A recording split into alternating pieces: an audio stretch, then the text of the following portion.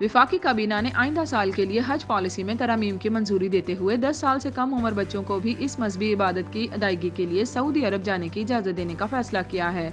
वज़ीर आज़म अनवारुल हक काकड़ की सदारत में होने वाले वफाकी काबीना के इजलास में हज पॉलिसी 2024 में तरमीम की मंजूरी दी गई। इस्लामाबाद में ऐवान वज़ीर आज़म से जारी होने वाले एक बयान के मुताबिक नई पॉलिसी के तहत सरकारी और निजी स्कीम्स का गैर इस्तेमाल शुदा स्पॉन्सरशिप कोटा सऊदी अरब हुकूमत को वापस कर दिया जाएगा, जबकि सऊदी हुकूमत के कवानीन के मुताबिक हज ग्रुप्स ऑर्गेनाइजर्स के माली इंतजामात के हवाले से एक फूल प्रूफ मॉनिटरिंग सिस्टम का नफाज अमल में लाया जाएगा। नई हज पॉलिसी के तहत 2024 में 10 साल से कम उम्र के बच्चे भी हज अदा कर सकेंगे। बयान के मुताबिक काबीना ने फैसला किया है कि निजी हज स्कीम्स में 80 साल से ज्यादा उम्र के अफराद के लिए खिदमतगार रखने की शर्त में नरमी की जाएगी। ताहम हज ग्रुप ऑर्गेनाइजर्स हाजी के साथ एक मुआहदा करेगी जिसके तहत सऊदी अरब में क़याम के दौरान मुकामी मुआवन की खिदमत हासिल की जाएंगी।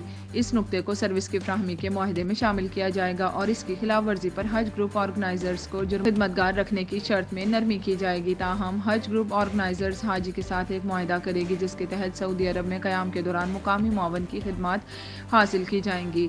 इस नुक्ते को सर्विस की फ्राहमी के मुआहदे में शामिल किया जाएगा और इसकी खिलाफ वर्जी पर हज ग्रुप ऑर्गेनाइजर्स को जुर्माना और ब्लैक लिस्ट किया जा सकेगा। काबीना ने हार्डशिप हज कोटा में कमी की मंजूरी भी दी, जबकि मुकामी मुआवनीन के कोटा का 50% उन पाकिस्तानी तलबा के लिए मुख्तस किया जाएगा जो सऊदी अरब की मुकामी यूनिवर्सिटियों में ज़ेर तालीम हैं। इन तलबा की तैनाती वेलफेयर स्टाफ के तौर पर की जाएगी।